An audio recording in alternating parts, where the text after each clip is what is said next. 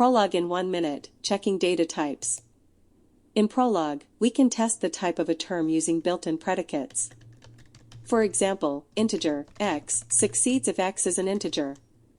Float, x, succeeds if x is a floating point number. Atom, x, checks whether x is an atom, like hello or cat. String, x, checks whether x is a string.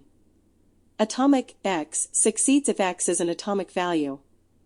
That means an atom, number, or string. We can also check lists. List, x, succeeds if x is a list.